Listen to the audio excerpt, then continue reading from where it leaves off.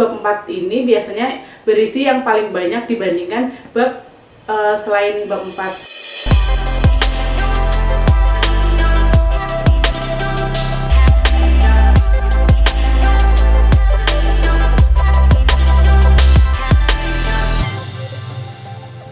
Halo sahabat juara, balik lagi bersama saya Maflaha di Arena Lomba, berbagi informasi untuk Indonesia berprestasi. Nah, balik lagi di video kali ini kita akan membahas tentang bab 4 di dalam skripsi. Langsung aja ya, apa aja sih yang harus ada di dalam bab 4 sebuah skripsi ataupun tesis ataupun penelitian itu sendiri. Nah, kita langsung aja.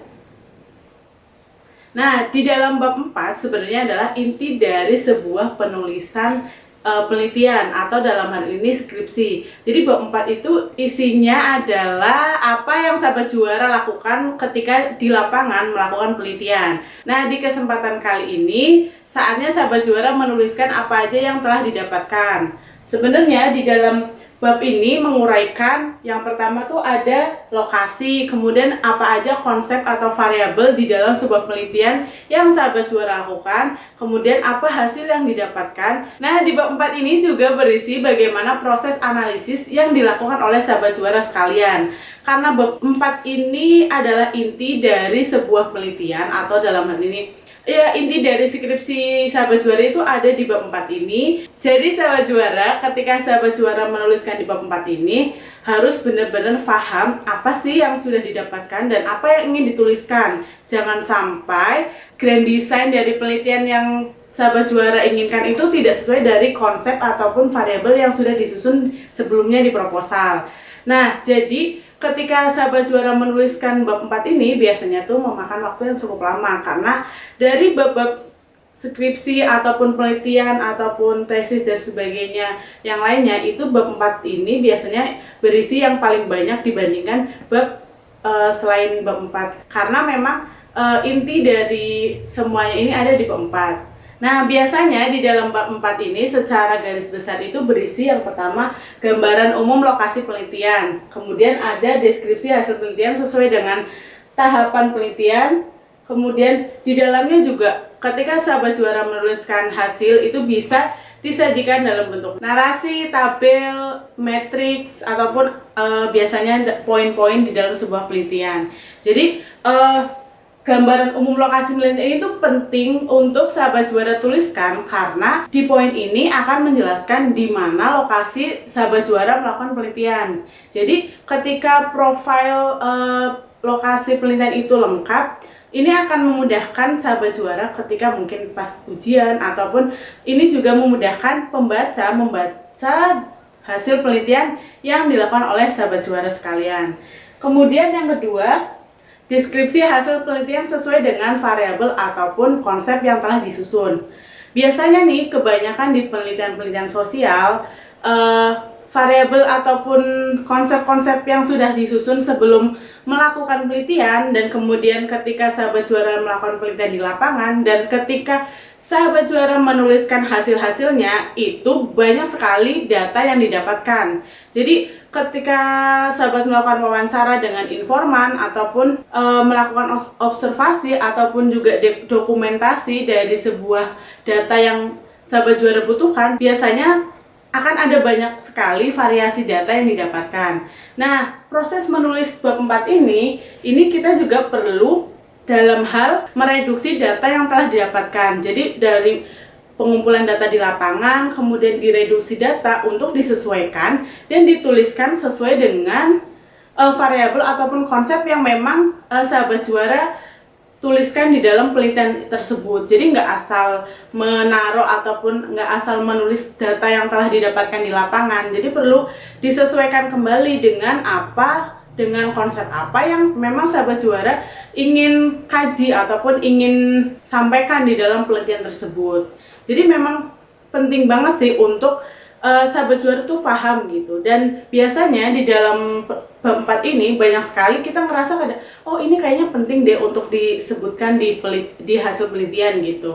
Padahal kadang itu kurang sesuai ataupun kurang tepat gitu. Karena biasanya di penelitian-penelitian sosial itu banyak sekali data yang didapatkan, kemudian juga kadang kita ngerasa ada data baru ataupun informasi baru yang tidak tidak sesuai dengan panduan wawancara ataupun konsep yang sudah kita buat. Nah, tapi sebenarnya itu perlu dilihat atau ditinjau ulang juga dari konsep-konsep yang telah disusun gitu. Memang salah satu kelebihan dari yang namanya penelitian sosial, terutama penelitian kualitatif itu proses analisis ataupun dalam hal kita mendapatkan data, ketika ada data baru dan dikira itu relevan ataupun itu menjadi referensi baru, itu bisa ditambahkan di dalam hasil penelitian. Nah, kemudian ada hal yang harus sahabat juara perhatikan juga dalam proses mendeskripsikan ataupun menulis hasil-hasil penelitian yang telah sahabat juara lakukan.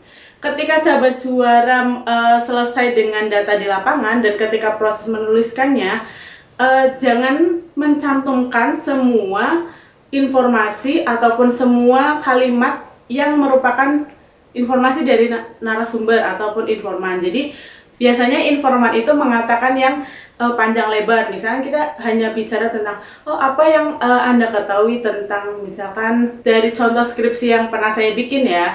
Misalkan nih, saya menanyakan ke informan ketika di lapangan, apa sih yang Anda ketahui tentang warung Tegal di Jakarta dan sebagainya. Dan biasanya tuh informan akan menjawab panjang kali lebar gitu. Dan kita harus jeli dan harus paham mana sih bagian yang penting dan mana bagian yang harus dibuang di dalam penulisan isi pembahasan gitu. Jadi memang harus disesuaikan lagi dengan konsep-konsep yang sahabat juara bikin di awal ataupun yang memang ingin disajikan di dalam sebuah penelitian tersebut gitu. Nah, kemudian di poin ketiga, kadang di sebuah penelitian, terutama penelitian sosial, itu banyak sekali penelitian itu disajikan dalam bentuk narasi. Nah, sebenarnya untuk memudahkan pembaca dalam hal membaca penelitian sahabat juara sekalian, sahabat juara juga bisa menampilkan data itu berupa matriks ataupun tabel ataupun juga poin atau dari hasil penelitian gitu. Jadi memang matriks ataupun tabel itu bisa memudahkan para pembaca dalam membaca hasil penelitian sahabat juara sekalian. Karena metrik itu bagian dari ketika sahabat juara itu menyederhanakan narasi-narasi hasil penelitian yang kemudian disajikan dalam bentuk matriks sehingga mudah banget untuk dipahami pembaca dan nggak butuh waktu lama untuk memahami sebenarnya penelitian yang sahabat juara lakukan itu apa sih, dan ya gampang aja bagi pembaca untuk langsung paham apa yang memang sahabat juara itu tulis di dalam sebuah penelitian tersebut. Nah, selanjutnya biasanya di dalam bab 4 ini juga sahabat juara perlu untuk menuliskan hasil semaksimal mungkin, karena di proses ini ataupun di bab ini benar-benar sahabat juara itu mengkolaborasikan antara data di lapangan kemudian dari daya tangkap ataupun daya analisis dari sahabat juara sekalian. Jadi menggabungkan dengan pengetahuan sahabat juara, kemudian data di lapangan, dan juga kalau di penelitian sosial itu menggabungkan juga apakah teori yang sahabat juara gunakan itu relevan dengan penelitian yang dilakukan oleh sahabat sekalian. Jadi memang ya usahakan untuk menulis semaksimal mungkin, tapi bukan berarti menulis sebanyak-banyaknya. Semaksimal mungkin di sini artinya ya balik lagi ke seberapa penting data yang memang harus disajikan di dalam bab 4 ini. Jadi nggak asal banyak lembarannya atau banyak halamannya itu berarti skripsi itu baik ataupun berkualitas tinggi, itu belum tentu, karena memang di bab ini pun juga akan kita lihat seberapa maksimal isi dari hasil penelitian yang sahabat juara lakukan. Jadi garis bawah lagi ya, bukan berarti harus sebanyak-banyaknya halaman gitu. Nah, di dalam pembahasan bab 4 ini juga sahabat juara perlu menggunakan jurnal pendukung dalam hal penulisan hasil penelitian. Karena apa? Hasil penelitian sahabat juara pasti kan memiliki perbedaan dibandingkan penelitian-penelitian yang serupa yang sudah pernah dilakukan. Jadi harus ada pembedanya. Nah, biasanya di bagian ini, di bagian pembahasan, kita akan merujuk ataupun membuka kembali apa yang namanya penelitian terdahulu yang biasanya tuh banyak kita temukan di jurnal-jurnal ilmiah. Sahabat juara, perlu ditekankan bahwa jangan tuliskan kesimpulan di dalam hasil penelitian, karena itu beda bab ya sahabat juara. Kesimpulan itu nanti ada di bab terakhir ataupun bab 5, sedangkan bab ini tuh murni hasil pembahasan ataupun ya data-data yang telah sahabat juara dapatkan, kolaborasikan dengan daya pikir ataupun pengetahuan dari sahabat juara sekalian, kemudian gunakan jurnal pendukung dan kolaborasikan juga dengan teori yang sahabat juara gunakan. Nah, intinya sahabat juara di bab 4 ini isinya adalah bagaimana kita sebenarnya diajarkan sebagai peneliti atau semisal sahabat juara menuliskan skripsi, tesis, disertasi, ataupun penelitian-penelitian umum lainnya. Di bab ini adalah bab yang sangat mengajarkan kita bagaimana kita mengkolaborasikan dari data yang di lapangan yang sudah kita dapatkan, kemudian sumber jurnal yang kita baca sebagai acuan ataupun penelitian terdahulu sebagai pendukung dari penelitian kita, kemudian seberapa tajam analisis kita dalam mengkaji objek yang menjadi penelitian kita. Nah, kemudian kuncinya dalam hal ini adalah tulis sebanyak-banyaknya, semaksimal mungkin, dan jangan lupa untuk melakukan coding yang disesuaikan dengan konsep ataupun variabel yang telah sahabat juara buat sebelumnya.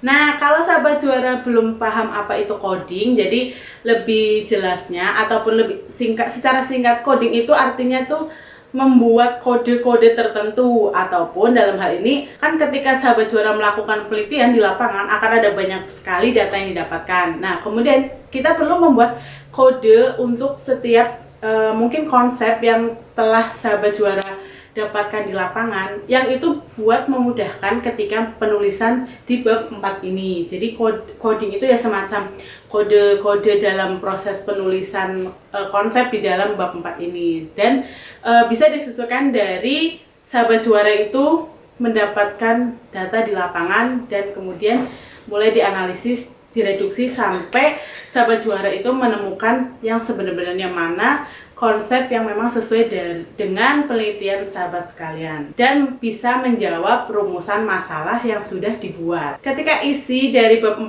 ini kurang bisa menjawab permasalahan yang telah sahabat juara bikin di rumusan masalah, berarti perlu ada data tambahan, entah itu bisa sahabat juara turun lapangan lagi atau perlu ada data tambahan yang didapatkan dari mungkin jurnal-jurnal ataupun sumber-sumber lainnya yang memang sebisa mungkin itu mampu menjawab rumusan masalah yang memang sudah sahabat juara bikin sebelum melakukan penelitian ataupun yang menjadi grand design dari sebuah penelitian yang sahabat juara lakukan.